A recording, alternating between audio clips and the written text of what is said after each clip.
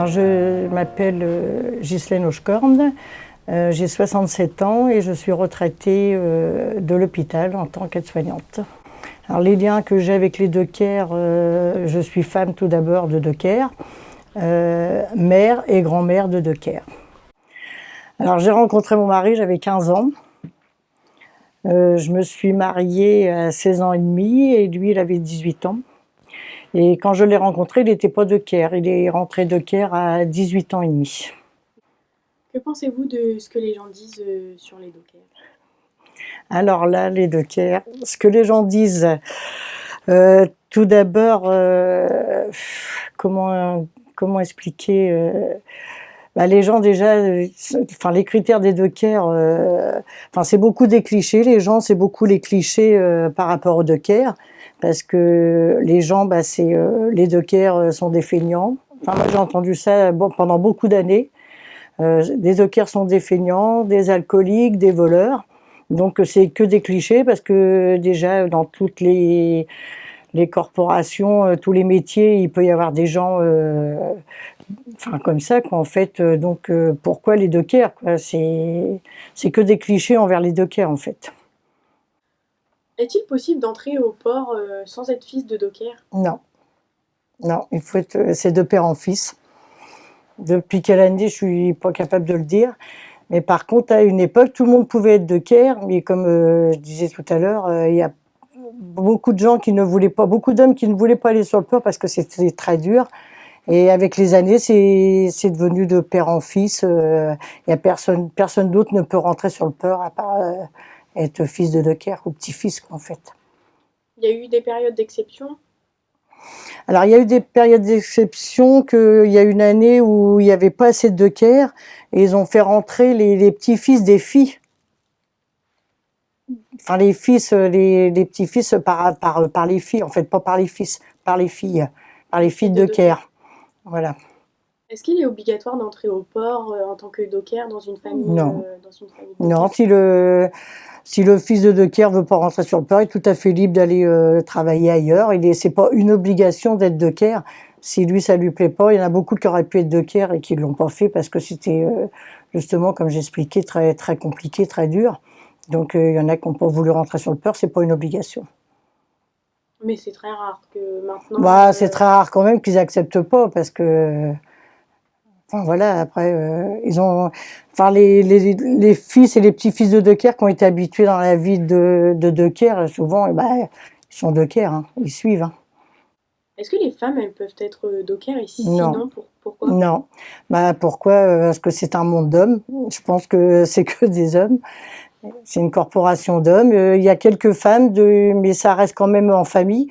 Dans les bureaux, j'ai vu, comme au CE, il y a des femmes, mais c'est femmes ou filles de docker. Hein. C'est pareil, ça reste dans le monde du docker. Pensez-vous que les titres de notre documentaire Esprit de famille reflètent la réalité? Oui, parce que tout d'abord, les dockers sont très solidaires entre eux.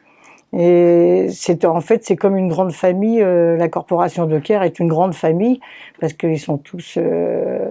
De toute façon, déjà, tous les dockers, c'est beaucoup des grandes familles, comme la famille Hochkorn, ils sont énormément sur le port. Ils sont beaucoup en famille déjà sur le port. Comment avez-vous été accueillis dans votre belle famille de dockers par rapport à une autre famille? Est-ce que ça a changé? Ça n'a rien changé du tout. Après, c'est comme toutes les familles. Hein. C'est pas parce qu'ils sont dockers que voilà. Mais bon, j'ai toujours été bien accueillie de toute façon. Est-ce que vous continuez à côtoyer des dockers? Oui, par le biais de la salle de sport déjà. Par le CE qui forme des voyages, c'est que les dockers. En fait, dans les voyages, c'est que les dockers. Et puis, puis c'est tout. Hein. Moi, je côtoie juste par rapport à ça, en fait. Quels sont les liens qui unissent les dockers? Pensez-vous qu'il y a des vrais liens, qu'on puisse dire fraternels? Ah complètement. Complètement, ils sont comme des frères.